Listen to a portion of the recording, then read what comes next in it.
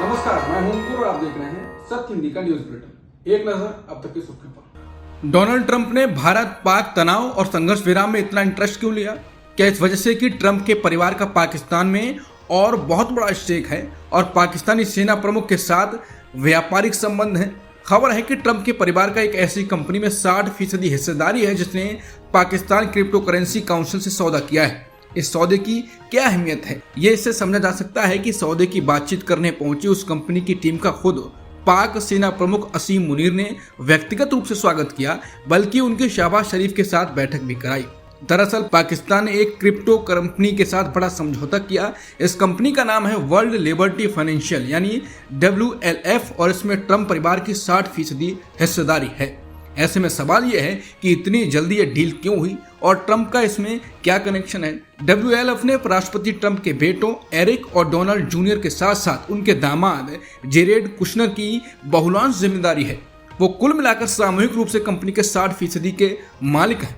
इस डील के लिए WLF की एक हाई प्रोफाइल टीम इस्लामाबाद गई, जिसमें ट्रंप के करीबी दोस्त स्टीव विटकॉफ के बेटे जेफरी विटकॉफ भी शामिल थे। इस टीम की मुलाकात पाकिस्तान के PM शहबाज शरीफ और आर्मी चीफ जनरल असीम मुनीर से हुई और ये सब तब हुआ जब भारत और पाकिस्तान के बीच तनाव चरम पर था। इस डील की रिपोर्ट आने के बाद सब समझ गए कि ट्रंप इतनी दिलचस्पी क्यों दिखा रहे थे। लोकसभा में विपक्ष के नेता राहुल गांधी ने सोमवार को एक बार फिर दावा किया कि ऑपरेशन सिंदूर के दौरान भारत ने अपनी संपत्तियों के नुकसान पर चुप्पी साध रखी थी। उन्होंने इसे अपराध बताते हुए और विदेश मंत्री S जयशंकर के बयानों का हवाला देते हुए कहा कि पाकिस्तान को पहले से सूचित करना गलत था। बीजेपी प्रवक्ता पवन खेड़ा ने सोमवार को प्रेस कॉन्फ्रेंस में बीजेपी को सिंदूर के सौदागर तक कह दिया। 3 दिन के अंदर राहुल का ये दूसरा ट्वीट है। पहला ट्वीट उन्होंने शनिवार को किया था, जिसमें जयशंकर का वो वीडियो बयान था जिसमें विदेश मंत्री साफ साफ कह रहे हैं कि हमने पाकिस्तान को हमले से पहले संदेश भेजा था। अब राहुल ने कहा है कि विदेश मंत्री जयशंकर की चुप्पी न केवल खुलासा करती है बल्कि निंदनीय भी है। मैं फिर पूछता हूं, पाकिस्तान को पहले से जानकारी होने के कारण हमने कितने भारतीय विमान खोए? ये कोई चूक नहीं थी, ये अपराध था। देश को सच जानने का हक है। उन्होंने जयशंकर के उस बयान का जिक्र किया जिसमें कहा गया था कि भारत ने पाकिस्तानी सेना को आतंकी ठिकानों पर हमले से दूर रहने की चेतावनी दी थी। विदेश मंत्री S जयशंकर के बयान पर कांग्रेस प्रवक्ता सुप्रिया सुले ने भी हमला बोला और 7 सवाल भी पूछे। सुप्रिया ने लिखा कि क्रोनोलॉजी समझिए। विदेश मंत्री जयशंकर जी ने खुद मीडिया को दिए वक्तव्य में कहा कि हमने हमला करने से पहले पाकिस्तान को सूचित कर दिया था। हमने बता दिया था कि हम हमला आतंकी इंफ्रास्ट्रक्चर पर करेंगे, सेना पर नहीं। आपकी सेना को इसमें शामिल होने की जरूरत नहीं है, उसके पास इससे बाहर रखने का विकल्प है। मतलब खुद सरकार ने पाकिस्तान को आगाह किया और फिर ये सोचा कि वो कुछ नहीं करेंगे, हाथ पर हाथ धरे बैठे रहेंगे। सुप्रीम कोर्ट ने MP के मंत्री विजय शाह के खिलाफ 3 IPS पर आधारित SIT गठित की है। इस SIT में एक महिला IPS भी होगी। यह SIT मंत्री के बयान और उसके बाद दर्ज FIR की जांच करेगी। अदालत ने 28 मई तक स्टेटस रिपोर्ट मांगी है। अदालत ने मंत्री की माफी की पेशकश को ठुकरा दिया है। ये मामला लंबा खिंचता जा रहा है। मंत्री के खिलाफ पुलिस ने अभी तक कोई कार्रवाई नहीं की है। अब तक हुई कार्रवाई में मंत्री का कुछ नहीं बिगाड़ा गया है। Uttar Pradesh special task force ने पाकिस्तान की ISI के एजेंट के तौर पर काम करने के आरोप में शहजाद नाम के एक व्यक्ति को गिरफ्तार किया है। सीमा पार से तस्करी और ISI के लिए जासूसी गतिविधियों में कथित संलिप्तता के बारे में मिली जानकारी के बाद STF मुरादाबाद इकाई ने रविवार को शहजाद को गिरफ्तार किया। STF ने कहा कि शहजाद कथित तौर पर राष्ट्रीय सुरक्षा से जुड़ी संवेदनशील सूचनाएं भी अपने आकाओं को दे रहा था।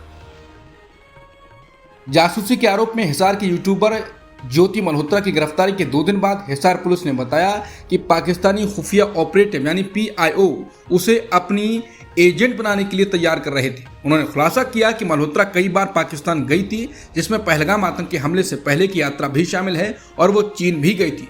प्रेस कॉन्फ्रेंस को संबोधित करते हुए हिसार के SP सावन ने कहा कि केंद्रीय एजेंसियों ने हरियाणा पुलिस को सूचित किया है कि PIO सॉफ्ट नैरेटिव को बढ़ावा देने के लिए सोशल मीडिया पर सक्रिय रूप से लोगों की भर्ती कर रहे हैं। शुक्रवार को गिरफ्तार की गई ज्योति मल्होत्रा को 5 दिन की पुलिस हिरासत में भेज दिया गया है। पाकिस्तान विदेश मंत्रालय ने भारतीय मीडिया के कुछ हिस्सों में प्रसारित उन निराधार आरोपों को दृढ़ता से खारिज कर दिया है जिनमें दावा किया गया था कि पाकिस्तान ने अपने अभियान के दौरान शाहीन मिसाइल का उपयोग किया। पाकिस्तान के विदेश मंत्रालय ने कहा कि ये दावे भारतीय सेना के आधिकारिक एक्स हैंडल से एक वीडियो जो जारी होने के बाद सामने आए उसमें कथित तौर पर पाकिस्तान की शाहीन मिसाइल के इस्तेमाल को दिखाया गया था। पाकिस्तान विदेश मंत्रालय ने कहा कि बाद में भारतीय सेना ने इस वीडियो को हटा दिया, लेकिन तब तक भारतीय मीडिया का कुछ वर्ग बिना किसी पुष्टि के इस झूठे नैरेटिव को बढ़ा चुके थे। दुर्भाग्यवश कुछ भारतीय समाचार संस्थान अब भी इस गलत सूचना का प्रयोग कर रहे हैं। बहुजन समाज पार्टी प्रमुख मायावती ने अपने भतीजे आकाश आनंद को पार्टी का मुख्य राष्ट्रीय कोऑर्डिनेटर नियुक्त किया है। 1 महीने पहले उन्हें पार्टी से वापस लिया गया था। मुख्य राष्ट्रीय कोऑर्डिनेटर के रूप में आनंद 3 राष्ट्रीय कोऑर्डिनेटर से ऊपर काम करेंगे। ये पद विशेष रूप से आनंद के लिए बनाया गया है, जिससे वो वस्तुतः पार्टी में दूसरे नंबर के नेता बन जाएंगे। इजरायल के वित्त मंत्री बेजलेल स्मोट्रिच ने अपनी प्रेस कॉन्फ्रेंस में कहा कि गजा भेजा जा रहा खाने का सामान हमास तक नहीं पहुंचेगा। उन्होंने कहा कि गजा पट्टी में जो थोड़ी बहुत खाने पीने की चीजें भेजी जा रही हैं वो हमास को नहीं दी जाएंगी। स्मोट्रिच कहते हैं कि सिर्फ जरूरत भर का सामान आम लोगों तक पहुंचाया जाएगा ताकि हमें दुनिया ना रोक पाए या हम पर युद्ध अपराध का आरोप ना लगे।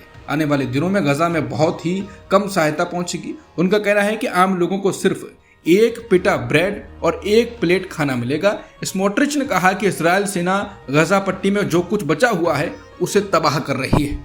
अब तक की सुर्खियों में इतना ही। बाकी खबरों के लिए बने रहिए सत्यहिंदी.com के साथ।